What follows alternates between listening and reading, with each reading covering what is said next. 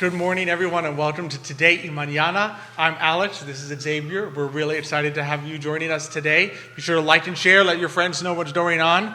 Very jam-packed show that we have for you today. We're going to have Miss Virginia 2021, Tatum Sheppard, Harvey Mayorga, co-owner of Guajiros Miami Eatery. You gotta let me say Guajiros. Oh, say it better. Guajiros. Yes, you've been waiting to say that for a while. I love saying that word. I know.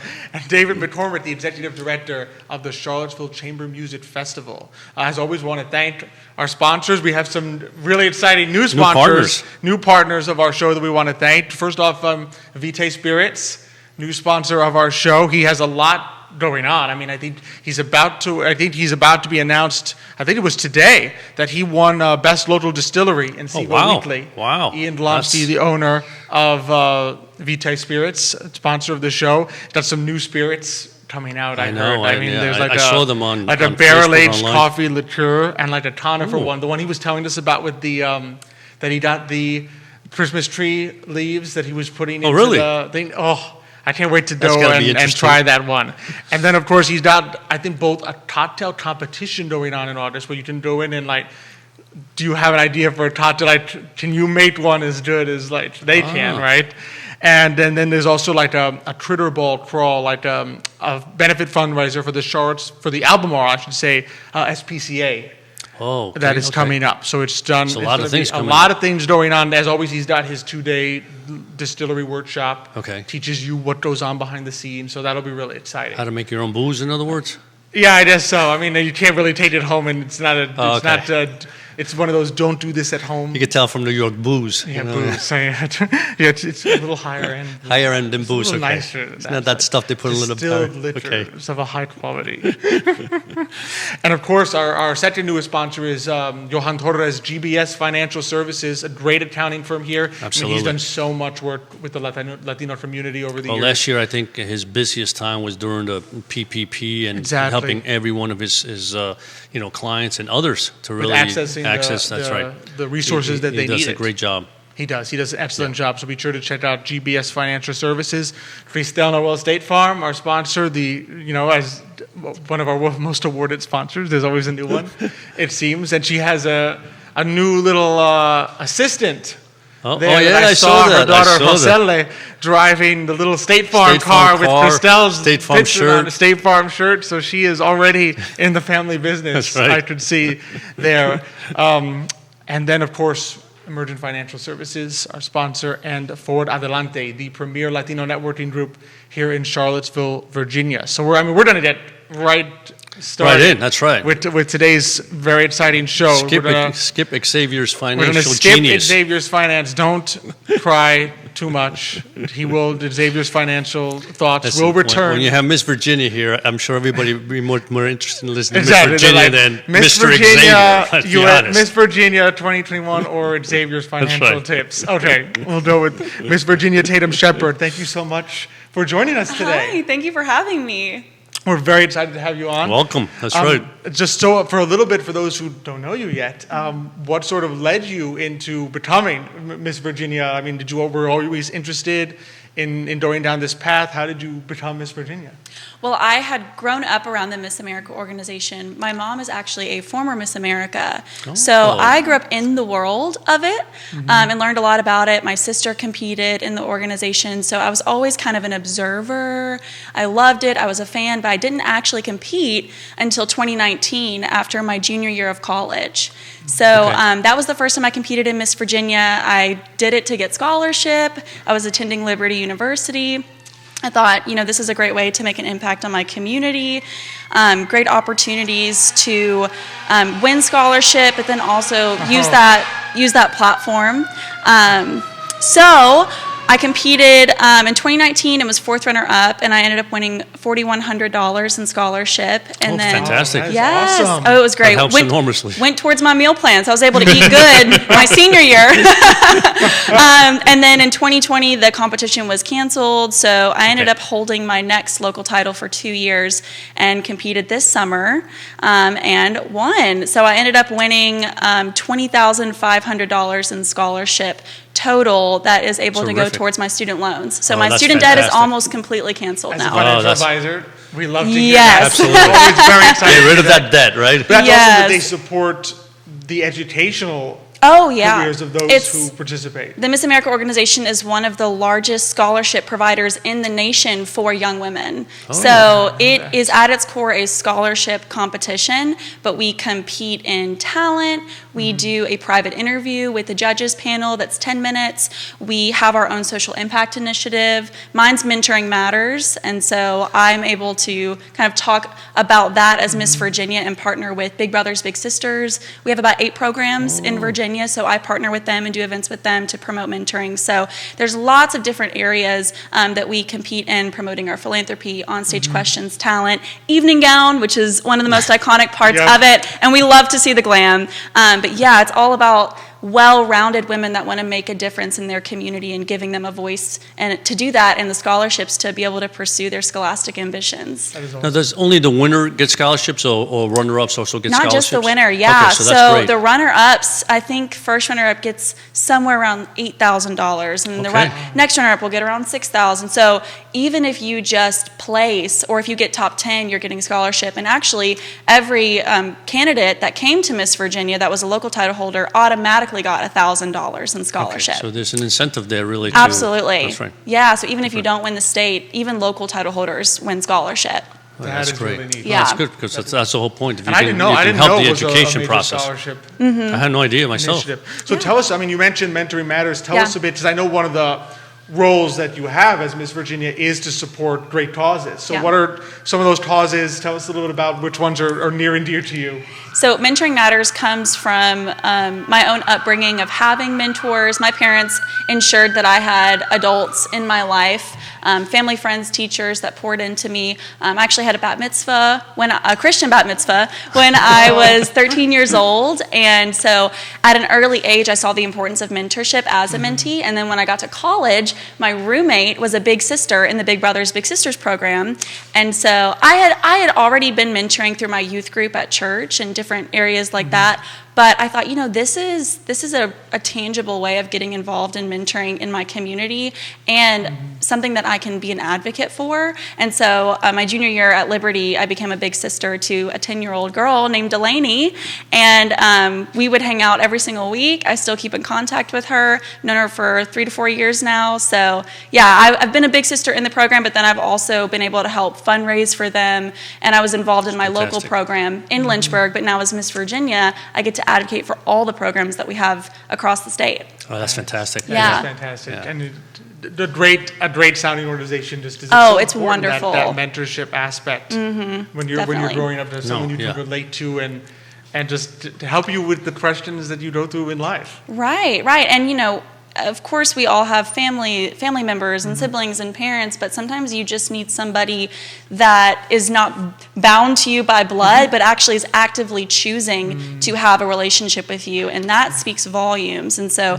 the program is all about supporting one-to-one relationships, and we've seen how these relationships have helped prevent kids from abusing drug and alcohol. It's helped improve their grades, and almost 110% of the mentees in the programs end up becoming volunteers in their own communities. Wow, that's amazing. That's a testament to how good a program it is, that the participants are saying, I want to give back. They want to give back. Yep. That is really exciting to hear. That does sound like a fantastic organization. Yes. Yes, to support. And so I know one of the things I always was wondering is, what are some of the things you do throughout the year as Miss Virginia, I guess, leading up to Miss America? So one of my primary jobs as Miss Virginia is being the ABC spokesperson. I actually go into around 70 different elementary schools throughout the year and speak on substance abuse prevention and making healthy choices. And so as the ABC spokesperson, I give presentations in classrooms, and I haven't started it yet because the school year just started, so I should be starting to visit schools at the end of September, but I speak on making healthy choices, how to discern trusting adults, and how to be a leader in your community. And so I get to do that, both virtually and in person. Now that we're living in a COVID world, we give them both options. So that is, the primary part of my job, but it's also going to nonprofit fundraisers and doing my own fundraisers for Big Brothers Big Sisters and parades and service clubs and just being at big community events and being representative. Oh, that's great. And with regard to the ABC, to the schooling, what grade levels are we talking about Elementary school. Elementary school, okay. So they really start young. Yes. Okay. I thought maybe it was high school, but I guess at elementary is where you want to begin really forming those Right, because it's just a general making healthy choices. Right, okay. And introducing them to things, substances to avoid when you're young, and then also how to be a leader, how to, say no to your friends for things that are unhealthy for you. So we really break it down so that a child that's an elementary school student would be able to understand it. Absolutely, that makes sense. The repercussions of saying yes all the time. Right. Yep. Yeah. Right. Exactly. Learn how to say no. Right. Yeah. And then obviously another huge part of the job is prepping for Miss America, which is in December. So been working on that too. Exactly. Because that probably even has more opportunities to assist and just give Definitely. back and promote philanthropic causes. Definitely. So I'll be competing at Miss America in December in Connecticut at the Mohegan Sun, and that is more opportunity for scholarship. Once again, Miss America wins usually $50,000 in scholarship. So tons of opportunity for that, and then also taking your platform on a national level. Exactly. The program that I back up, Big Brothers Big Sisters, is a national program, and it's present in all 50 states. And so I'm working on the programs that I have here in Virginia. And I want to be a good steward of that, so that should I win Miss America, I know how to steward the programs that we have across the country. Awesome. And the Miss America, is that a 2-day, 3-day affair, or how long does that last? It's usually a week-long process. Okay. Yeah, there will be several preliminary nights of competition where we'll compete in everything. We'll do our private interview with the judges. And then the final night, which is the night that's always televised on cable. Oh, okay. Yeah, that's when they do like the top 15. They'll do the finalists, and then we'll all recompete that night. Oh, on everything? Everything you've competed? You don't redo your private interview with the judges. Of course, yes. Okay. But yeah, you'll recompete in evening gown, talent, onstage question, your social impact pitch, which is your opportunity to talk about your social impact initiative. So yeah, you recompete in all of that. Wow. And talent meaning like you can play an instrument or you can sing or things of that sort? Yeah, you see a lot of those talents. I sing. I got my degree in musical theater. Oh, wow, so I'm planning on doing a Broadway vocal. But our most recent Miss America, who is also Miss Virginia, she actually did a science experiment. Whoa, that's Yeah. She's in pharmacy school, and she has done a great job just showing the different opportunities that are out there for all the girls. You don't have to have a typical stage talent. Miss America can be a scientist, and you can do an awesome science experiment. And she executed it, and it was super out of the box, but she really broke barriers with that, and I'm so proud to call her my sister. So you see a wide variety of talents, from a science experiment to opera to tap dancing, playing an instrument, all kinds. That's great. I can't imagine really going up stage and doing a science, right? So it's like, it was a lot of. This is supposed to happen. It was a lot of chemicals, and they had to be super careful. Wow. Yeah. That's amazing. Oh, you have some props coming in on the feed. Melody Ferropoulos Kane says, "So proud of you, Tatum." Oh, and thank Ann you. Royster says, "Good job." Awesome. Thank you, guys. So thank you both for watching. So another question, just one last question for you. So what are some of the things that you're thinking of doing, when you become Miss Virginia Emeritus? I mean, where do you see yourself in the future as Tatum Sheppard? Oh, like past Miss Virginia, Miss America. So I want to perform professionally in theater and film. Yes, I was actually doing professional theater in Nashville for a couple months in a new musical before Miss Virginia. And so I was kind of already getting my feet wet with it after graduating college in 2020. But after my reign, I definitely want to jump back into the industry.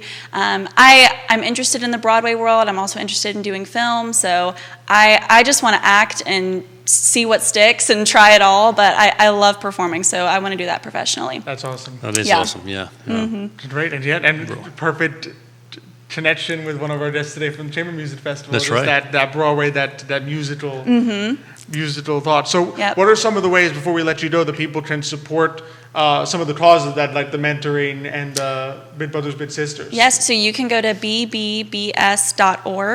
That's Big Brothers Big Sisters website. That's how you can learn about the program. If you want to apply to be a mentor or a mentee, they will show you what programs are near you based on your zip code. So it's super easy to sign up. Also, you can follow their Instagram, follow my Instagram at Miss America VA. And so that's how you can keep up with what I'm doing and what I'm able to do with Big Brothers Big Sisters. Excellent. Well, thank excellent. you. So That's wonderful. BBBS.org. Yes. And then Miss America VA. Yes, on Instagram. To yeah. follow what Tatum is up to. And one more time, I'll read out Boyd Johnson says, like mother, like daughter, great genes. So is it you're following in mom's footsteps. Yep, absolutely. Absolutely. Oh, thank you so much. Thank you Well, guys for I certainly having hope that me. Virginia has a repeat here. We will root for back-to-back. Yes. Back to back. Thank you Back-to-back guys. championships. Thank you for having Thank you, me. Tatum. Thank you for joining us Thank today. you.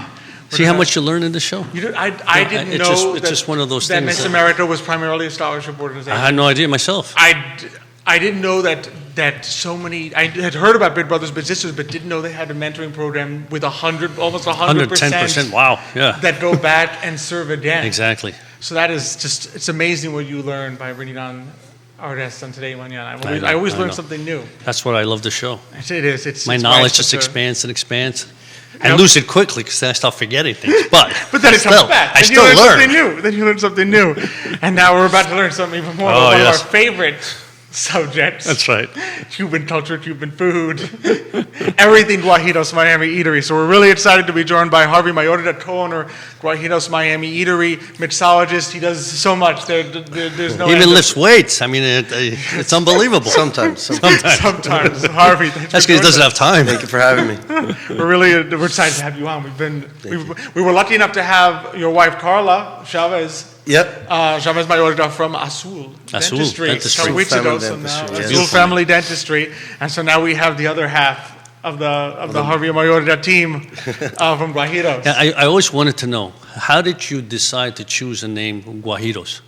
So that's a great question. It was kind of like trial and error, trying to find the correct name. Guajiros is a word that is used a lot in Miami specifically. But when we were trying to find a name, we wanted something with a little bit of a meaning behind it. And the story goes somewhere around the American troops landing in Cuba. I believe it was the Spanish War. That's right. And praising the Cuban people. Right. They're war heroes. War heroes, that's you're right. War heroes. That's right. And then them not speaking, English, they say like, "Oh, we Guajiros, we Guajiros." That's So right. We Exactly. love that story though.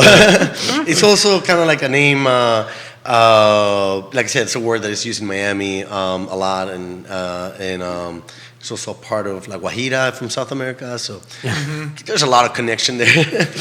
you can pick whichever story you prefer. Exactly. So I know there's a lot.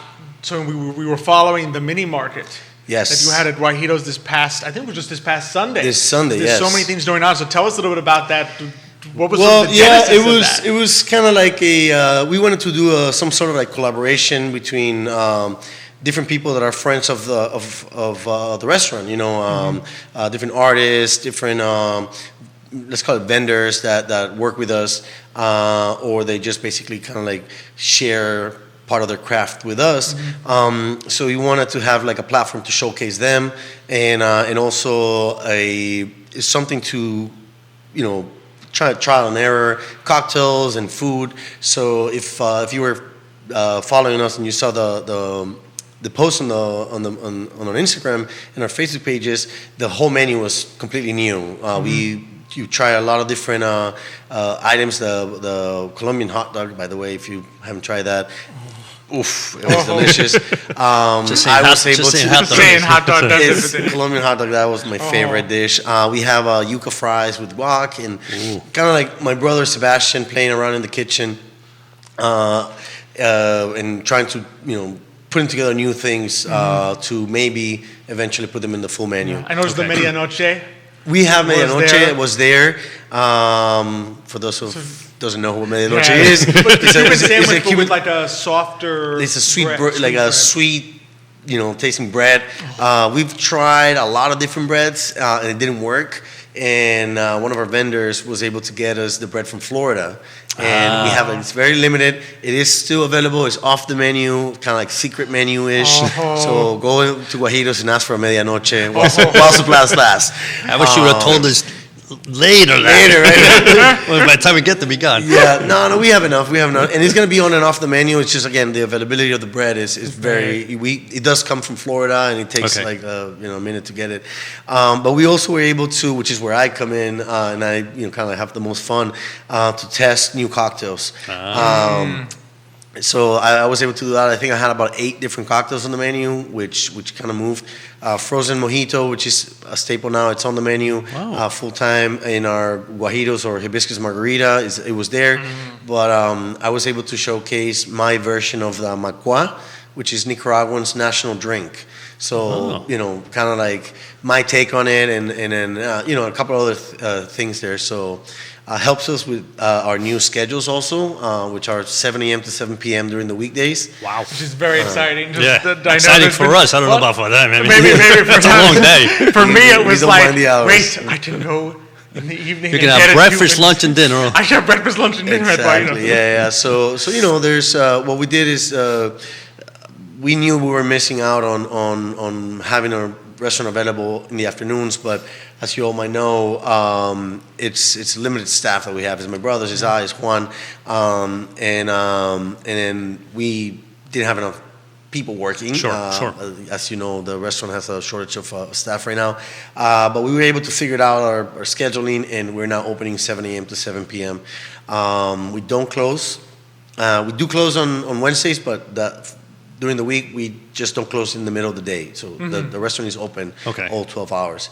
And then the weekends, we kept it at 9 to 3. The weekends tends to be a little bit more of a brunch spot, and we get really busy during the day. So we're just keeping it at that for now. What are some of the top things people go to enjoy at brunch?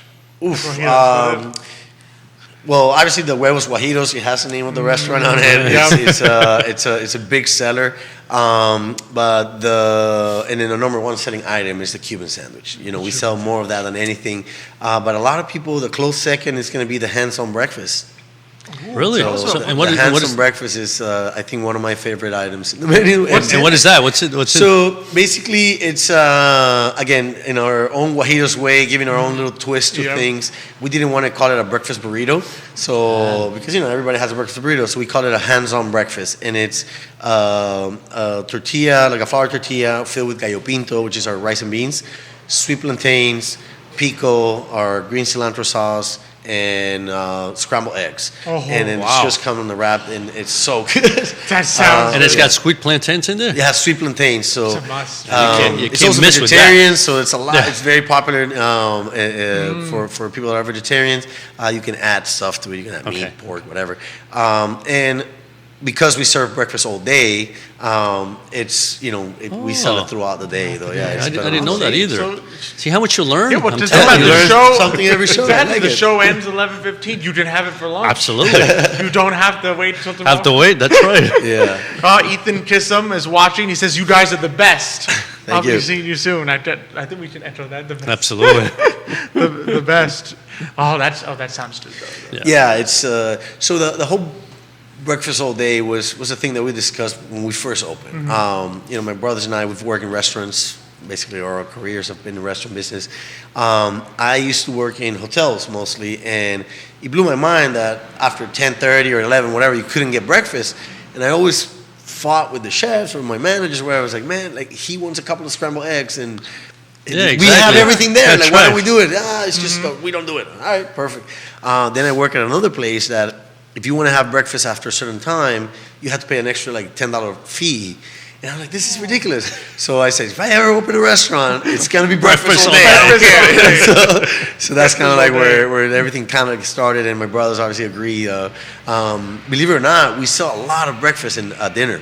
Now that we open until 7, a lot of breakfast. So healthy. Did you have the breakfast tacos as well? We do have the breakfast tacos. Those I've seen. I still have to eat it myself. But I was meeting someone. Well, one of our guests, Lily DeRay. Okay. And she had the breakfast taco. I was like, I am getting so hungry watching you. Yeah, that's actually Nilo's, my brother Nilo, his recipe, and it's fantastic though. Yeah.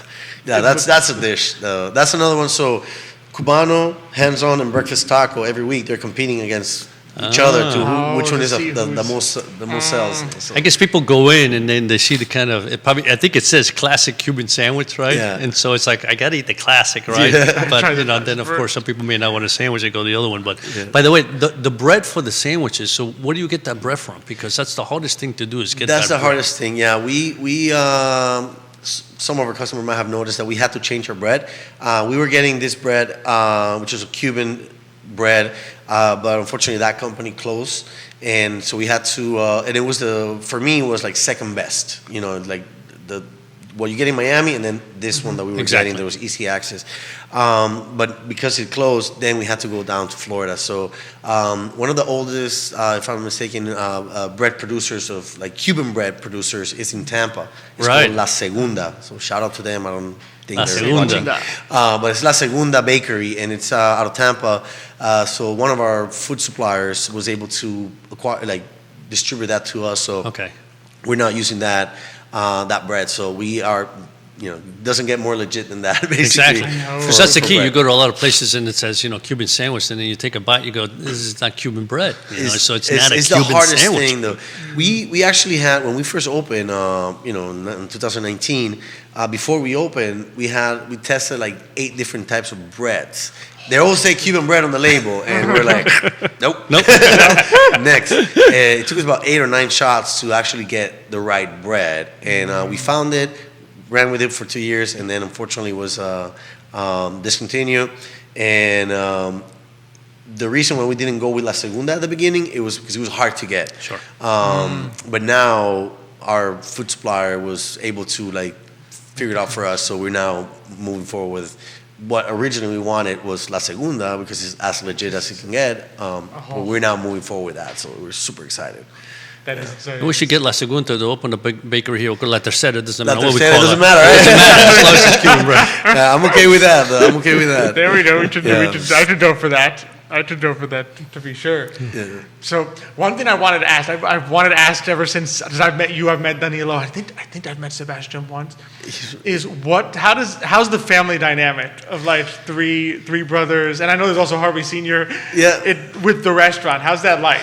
It's them, and behind the scenes there's a lot more people. You have this is a family business, so my mom, shout out to my mom, and she's involved in her own way. Like half of the menu is her recipes, though. It's her coming in. It's like, the gallo pinto is not tasting good. You guys change something, The mom's stuff like that, behind, or it's tasting great, It's a hair intake. There's a picture somewhere that I'm gonna ask Sebas to post on Instagram one of these days of my grandma, literally in the kitchen tasting the beans. It's like, all right, this is good.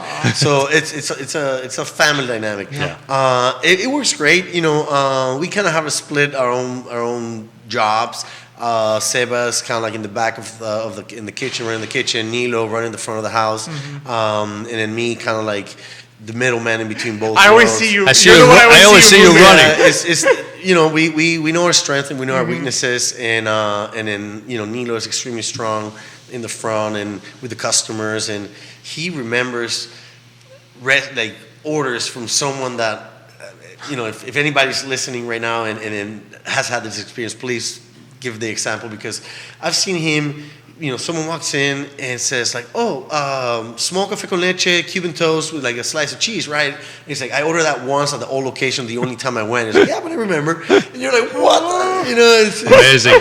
So he's great at doing that, and that customer touch. So he runs the front. He teaches our staff that, and then how to be that. I'm sorry. How to be that good at service. Exactly. Sebas, on the other hand, runs the kitchen with Juan, which is not a brother, but he's kind of like a brother. If you have never met Juan, he's on one of our Instagram posts. He's from Miami. He moved here, with us to work for us, to work with us. Wow. So he's been a great help and friend, family to us. So him and Juan and Sebas runs the kitchen, and like I said, I kind of work with my dad on the back end of the stuff, the payroll stuff, and the contracts, and dealing with vendors and all that, as well as kind of scheduling and hiring and all that. So the more administrative things, I do that. So we have a nice little like mix of talents that we split amongst the tasks that we need. What's the important thing is like in every small business, know what other people's talents are, and then just go with them, right? And I agree. I mean, you walk in and Nilo's there. Just the smile itself. Exactly. When you walk in, it's like I got to order everything. I mean, just look at that smile. Yeah. The greatest thing about this is that we, like I said, my brothers and I, we all come from restaurant industry. We've done it for years, and even though we have our own little tasks, we kind of like made it a point to learn everything. Like again, a small business, you have to, if you own a small business, this is my what's called recommendation is learn your whole entire business, right? So exactly. I seen Nilo jump in the kitchen many a time. I seen Sebas run to the register making coffees, or me, washing dishes or whatever. Like we all do everything. We're all skilled at every position of the restaurant, but like I said, we have our strength, and that's kind of like what we focus on. So that's important to us. So. Another quick one: who makes the croquetas?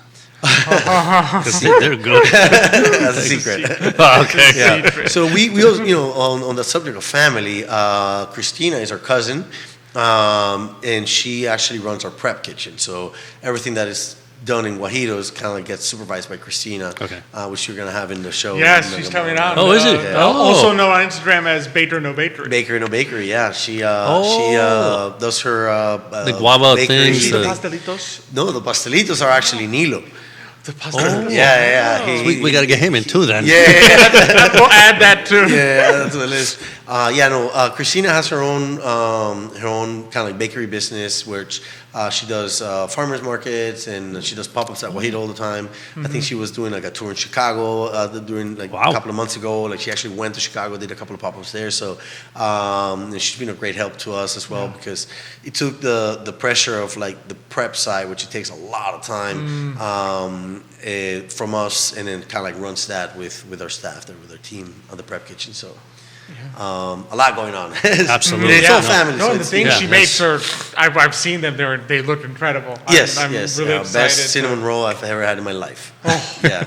It's just cinnamon roll. I never saw that though. I have to find that picture.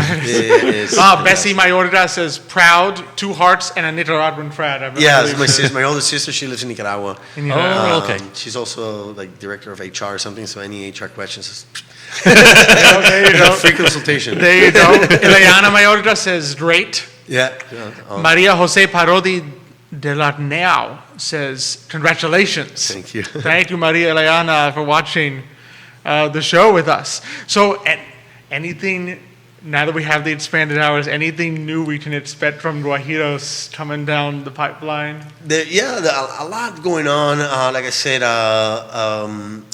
cocktail menus are going to be soon to be printed. There's if you go there and you don't see a cocktail list, ask because we always have stuff behind the scenes. If I'm there, obviously that list expands a little bit more.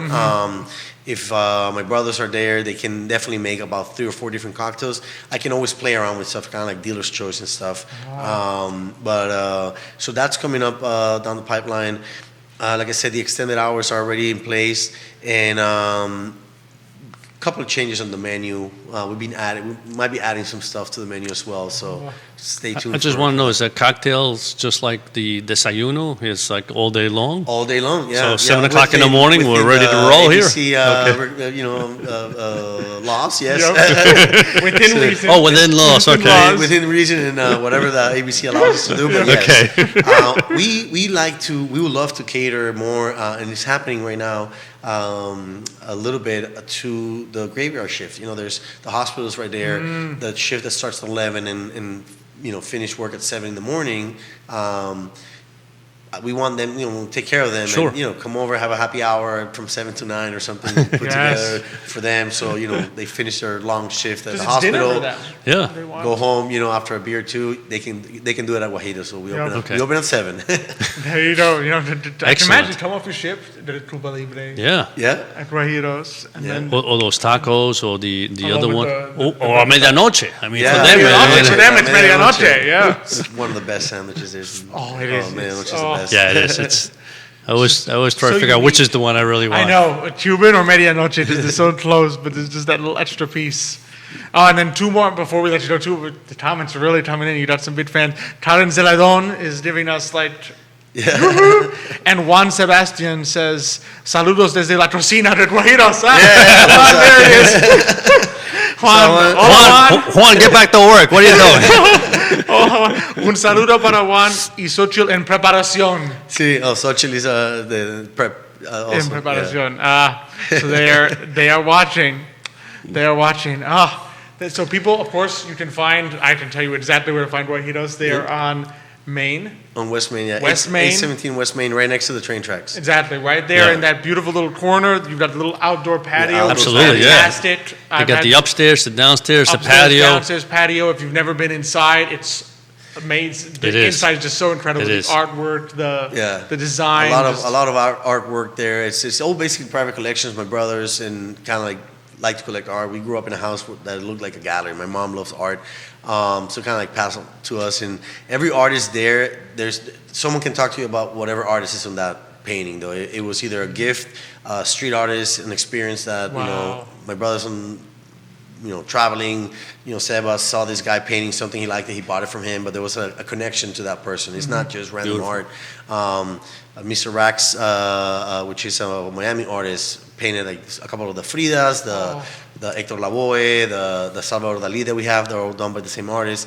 Galerie Pomona, Tina, she painted her wall, our stairs, and it's a lot of. It's not just random art though. There's if you're there and you want to know about the art. Ask someone because there's some connection to that story art. Behind There's a story behind it. That's great. That's what makes the great atmosphere. Yeah, it does. It's all about the vibe. Yeah. Exactly. So Harvey, thank you so much for joining us. Thank you very much. Thank you, Harvey. Glad to have you Keep up the good work. We'll look forward to having you and Carla on together. We'll try to do that. We'll do it. We'll figure it out. Have a great All right, you too. I'm getting hungry here. Oh, I know.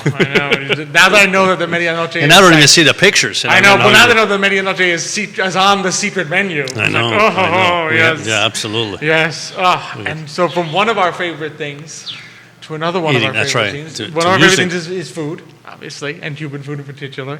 And another of our favorite things is music. Yeah, and classical And music. in particular, classical music. And So so as much as we like that Cuban music, but we love it all, yeah, but we there's some obviously- days we that have you just like, I need to sit down that's and right. listen to some Beethoven, some Tchaikovsky, some classical music. some chamber So- music. Some chamber music. So we're really excited to bring on David McCormick. He's the executive director of the Charlottesville Chamber Music Foundation, which runs, of course, our local Charlottesville Chamber Music Festival. So David, thanks so much for joining us today. Thanks Welcome. for having me, and I'm super hungry now. You too. Okay, that's just me. Just us. It's like, okay, I think they know where we need to go. It happens. Absolutely. So, tell us a little bit about, for those who don't know Charlottesville Chamber Music Festival, maybe the genesis of it and how you came to be involved. Sure. So we're in our 22nd year. Wow. 22 years. I'm only in my second year as executive director, and if you do the math, you realize that my first year we were in virtual land. That's right. So I'm running my first in-person festival. The two artistic directors, Tim Summers and Rafe Bell, currently live in Europe, but they are Charlottesville natives. Wow. We actually all went to Charlottesville High School. We were all in the Charlottesville High School Orchestra. Shout out to Laura Thomas, who is still there. So there's a hometown feel to it, but the artists are all internationally famous artists, really incredible musicians like James Ennis, who tours the world playing violin concertos with the top orchestras in the world.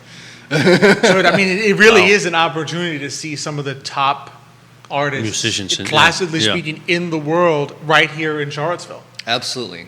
It's one of the things I love about Charlottesville. So you don't have to go to New York or D.C. to see the top artists in the world. Exactly. Yeah. Exactly. Yeah. We So- were talking about that. Yeah. So I'm one of the things, because I know sometimes people think, all right, chamber music. I know sometimes I have friends that are not classical music buffs like me, and they're like, What is it? What is it? What is chamber music? So what would you say is that you and the patrons and the people who've gone to these concerts find special and unique about chamber music? What is chamber music to you? Yeah, so chamber music, I mean, like the sort of clinical definition is just that it's more small scale, a smaller number of players than you'd see on like an orchestra stage. So it's 2, 3, 4, 5, maybe 6 players. And what that does, why it's special, is because it brings this intimacy to it, where you really feel like you're getting to know the individual artists. It's often in a hall where you can be sort of close enough to the artist to see what's happening, to feel that interaction. In a way that you just can't get in a symphony orchestra. The conductor, it really has to kind of rule from the podium at the orchestra. Individual musicians can really be making decisions on the fly in a chamber music performance, and it really, there's a spontaneity to it that's really cool. No, I was going to say, I noticed that there's always one person that really is almost the conductor, though. He's the one that kind of begins. So who is that? How's that chosen? I mean, it's often just the first violinist, like in a string quartet, simply because the first violinist is often the first to get the melody. But yeah, it's a little more democratic than it may look on stage sometimes. It's true. And they have a lot of fun. I remember I went to one of the live performances, Nick and myself, some years ago, and they were playing a Shostakovich piece. And there was, of course, a violinist and a pianist involved. And partway through this thing, the pianist is just like leaning over, like doing like this while he's playing with the violinist down next to him and smiling. And I'm like, these guys are just having a blast. Having fun. They're here playing an incredibly, his fingers are moving incredibly fast. The violinist is going really fast. The Shostakovich really makes you work. He pushes He's like he's giving you a physical workout in addition to your mind. And then I'm like, how does he have the time to like be doing? Isn't this great? Because they really just have a blast while doing it. And it's that intimacy you were talking about, that you feel this closer connection to the 3, 4, 5 players. Yeah. And, our festival is an opportunity really for friends to come together. Tim and Rafe have made these musical friends over the years. Many of them are coming back for the 10th, the 12th, the 15th time, and play together a lot. And so there's this camaraderie and this fun. They really are leaning in and having a lot of fun. And often it's music that they don't get to play during the year a lot. They may be playing a lot of concertos with orchestras or teaching at a college and like just teaching the repertoire over and over again. And it's an opportunity to play things that maybe they don't usually get to play. And that's actually one of the cool things about the festival. We've got like your Dvorak, your Beethoven, your Bach, but then we've got composers you've never heard of. We've got stuff that's hot off the press. We're doing a piece that was written during the pandemic, premiered by the New York Phil chamber players. Wow. We're going to be one of the first groups to perform that piece by Paolo Prestini called Thrush Song. Thrush Song. Yeah. Oh, wow. It's a wild piece for soprano and electronics and instruments. Wow. So really on the cutting edge of classical music. We have to, we're hiring a tech support person to run the electronics because they have to hit just at the right moment. It's not just like press play and go. Oh, okay. Wow. So and you have to get a soprano. Yes. Okay. Yeah. We have the soprano. We're not trying to say this is the last piece. Then. Okay. The soprano, we've got one of those important parts coming down. So what are some of the other concerts and performers that people can look forward to seeing at the festival? Some other highlights? And when is the festival? Yeah, that's a good question. So September 9th through 19th, it's coming up very soon. Absolutely. We have 5 series concerts that happen at the Paramount and Old Cabell Hall. All right. And tickets are available for those now. There's some really great seats left, I should say. We have 2 levels, $25 and $18. Okay. 18 is a great ticket price for classical music. That's extremely affordable. Yeah, and I have to say, not many people have gone for the $18 tickets. So there are some really good B-level tickets left where you can be sitting even in the front row of a couple of the venues. Wow. Yeah, so I would encourage folks to check that out. But we also have 2 free concerts coming up. So there's on the 10th at the Paramount at 12:30. You can go during your lunchtime and see a free concert at the Paramount. It's a jam-packed concert. It's over an hour of music that's completely free. All the the great artists that you would pay the ticket price to see are there for a free concert. And then we're doing kind of a pop-up event at the Quirk Hotel Art Gallery this chic new space. If you haven't been, it's really incredible. You can grab a drink at the lobby bar, head back to the art gallery. It's an 8 p.m. concert, so on a Saturday night, the 18th. So you don't have to get up early that morning. No, you can have as many of those beautiful cocktails as you want if you can afford it. Exactly. The concert is free. The cocktails are not. Exactly. Well, what you would have, you did $18 to $25 worth of cocktails, and it'd be like, all right, I paid. Absolutely, exactly. And that's also one of the things I always loved is the Charlottesville Chamber Music Festival has been doing at least one free concert every year for as long as I can remember Yes. being here. It's just great to see something giving back to the community in that way. Like, let me introduce more members of the community. And that's, I guess that's the whole point. Music. You bring in people that say, well, it's free, let me go see. And then all of a sudden they say, well, I really like this. So, and then they go back, and next few years, maybe they go to a few more. Yeah, absolutely. I think, it's hard for some people to get over their conception of classical music as stuffy. Yeah. And so we're doing everything we can. These free concerts, free at the Paramount gets you, it's easily accessible. People are downtown all the time. Exactly. The Quirk, is a place where young people hang out, and we're hoping to convince them to just come grab a cocktail and have some fun with that. And yeah, it's just, audiences are getting grayer, and we need to combat that. And just really, you want a new generation to just. But we love gray hair. You look great. Okay, no, I'm happy you like that. You are the staple. You're the bread and butter. some new blood. So what are some of the ways you try to do that to bring in new people and new younger audiences to the Chamber Music Festival?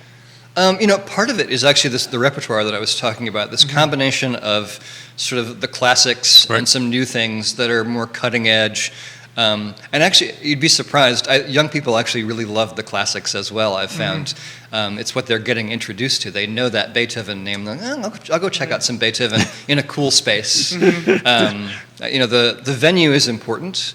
Some people are sort of turned off by the idea of going into a formal concert hall until they've done it. I find that once people have done it, it's like, that wasn't a big deal. That's right. It's just that conception of, like, they see on the TV that stuffy thing where if you're, like, opening a candy wrapper, everyone looks at you like... Exactly. And it's not quite that bad. We'll still look at you, but we might not clear our throats about it. Exactly. We'll hear you, but we're like, all right. You can get away with that one, as long as you don't cough too many times. Take the cough drop, stop coughing. We'll be okay. But it is very true. I think people think of classical music in that way. Like, this is, it's one of those chicken and egg things where people say, well, classical music is something that older people enjoy, so only older people end up going to it. Whereas in reality, it's timeless. I mean, think about it. The people that are enjoying Beethoven today were young at some point. Yeah.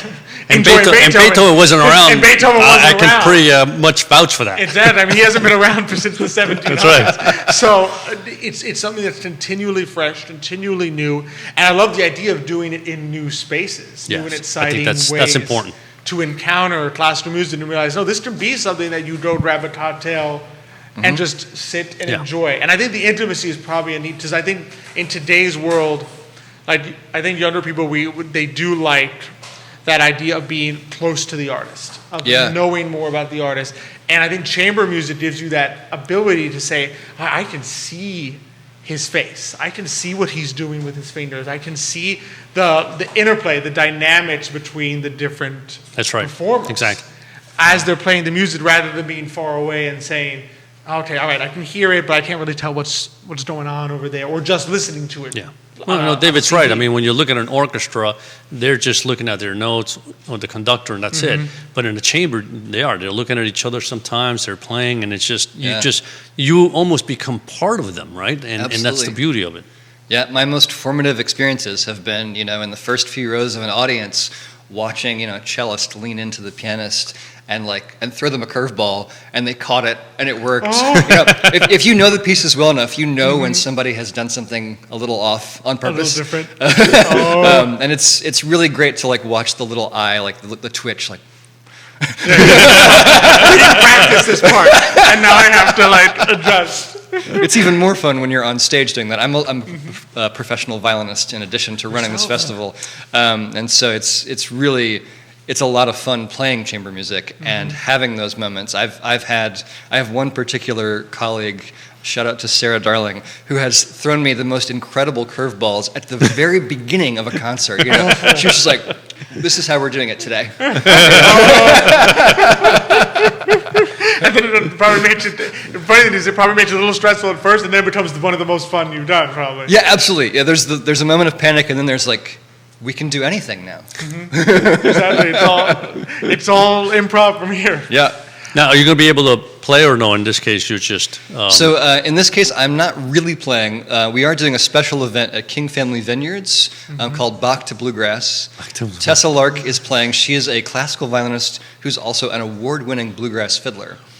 Yeah, so she's playing, and because we have just the right number of people, we're going to do the Bach double concerto, and I'm going to be just in the back of the orchestra playing the second violin orchestra part. Okay. That's awesome, though. Yeah, but I'm pretty excited. No, I get to play with Tessa Lark and James Ennis, so I get to put that on my resume. You're like, played with, and I'm like, oh, he's got to be good. He's got to be one of the best. He played with the best. Oh, that's awesome. So again, for those who don't know, so I think it's September 9th to the 19th. That's correct. Is Charlottesville Chamber Music Festival. When are the two free concerts? September 10th at 12:30 at the Paramount is the first free concert. The Quirk is on the 18th. That's a Saturday night at 8 p.m. In the art gallery there. Yeah, so check those out. I mean, tons of $18. Yeah, $18 is. $18. I mean, trust me when I say $18, even $25. I think everybody knows $18 is very affordable. Absolutely. Especially when you're. I mean, if you think about $18 to see some of the top musicians in the world. Yes. Who tour with major orchestras that you would pay $100 to see right here in Charlottesville at great venues. I mean, historic venues, neat venues like the Court Hotel, and at King Family Vineyards as well. So what date is that? King Family. I'm going to have to use my cheat sheet for that one. We've got too many dates in my head. Monday, September 13th. Monday, September 13th. So it's, Monday night party. Yes. Right? I mean, just when you think Monday, Saturday night, Monday night doesn't matter. Well, think about it. Normally the party Monday's doesn't your matter. day you got to get through. It's like, oh, Monday. But now you can be like, yes, Monday. Right. I can go to King Family Vineyards and enjoy. That's one of the top bluegrass players in the country. And I have to say, for those that are thinking of the vineyards as like a long drive out of town, this one is one of the closest. Very close. It's a really easy drive off, right off the interstate. Great wines. We're going to have catering from Harvest Moon. Oh. And I mean, the view is spectacular. It is, it's in the mountains. And we have a 6:15 start time, so you'll be able to watch the sun go down behind the artists as they're playing. Oh. That's going to be special. So be is. sure to check that one out as well. And so where can people find Chamber Music Festival and get some tickets? Yeah, so we're at CVilleChambermusic.org. Okay. CVilleChambermusic.org. Yeah, that's the easiest way to grab tickets. There's still plenty of tickets left. You can even grab a subscription to all of the series concerts. Oh, wow. It's basically 5 concerts for the price of 4. So it's basically another free concert. Another free concert. We're just giving it away. And with the free concerts, There's 3 free concerts basically if you get them. For the price of 4. I feel a little bit like a car salesman right now. Hey, if it works. Except you're selling like one of the top cars. It's like you're selling a Lexus, and you're like, but this is great. At Honda prices. Exactly. Lexus at Honda prices. With the Charlottesville Chamber Music Festival. David, this has been a lot of fun. Thanks, guys. Thank you so for much for coming. joining us and sharing with the audience about just this great opportunity here. My pleasure. Great to be here. Really, really fun to have you join us. So you learned so much about the things that happen with the interplay of the musicians and just all the opportunities there are to enjoy great music right here in Charlottesville. No, this is great. I mean, that's exactly right. I mean, when you think about Charlottesville, look at all the opportunities you have, all the access you have to. We talked about great food, great musicians, great music, nonprofits. It's a great place to live and listen. Like I said, the problem is sometimes you just get a bad rap. Chamber music, what is that? What do I want? But just go. I mean, especially when they give you the opportunity to go at least one free one, just go experience it, and I guarantee you're going to fall in love with it. Mm-hmm. And it'll be before you know it, you'll be back. and there won't be any. You'll be paying 25 instead of 18. Exactly. You'll be like, this is so good. That's I don't right. care that it's Exactly. 25 instead of 18.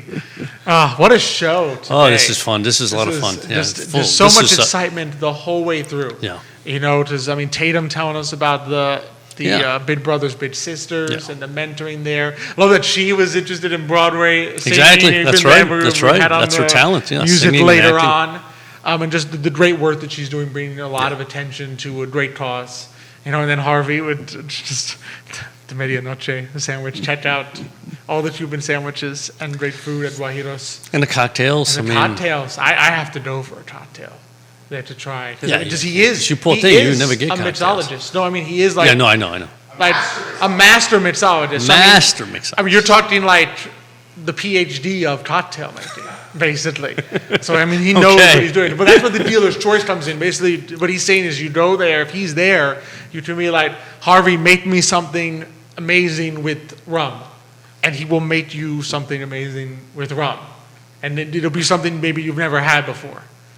That it's just, he'll think it off the top of his head and use his Something that goes well with the mixologist knowledge. huevos Guajiros, please. Huevos Guajiros, there you go. There you are. Have them with your Who wants café con leche? I mean, Well, if you later on you need to wake up a little. You I get see. the I see. café Okay, con that's right leche. after you had the cocktail and After that, the little café con leche. Or you did I think the Danilo special. What's that? I think it's the triple shot of Cuban coffee. Oh, three I just said espressos. I think it's 3 espressos with the sugar. And a little. I They assume. just telling us from back here that's the best one. I assume think- they put some sugar in that. Oh yeah, no, Okay. it's Cuban Yeah. coffee. There's always sugar. Okay. In Cuban coffee. Yeah, we went to Nick ordered it one time, and the person behind the counter, Danilo, wasn't there. She goes, "Oh, that's the Danilo special." I'm like, okay. I guess we know who invented the triple shot at Guajiros.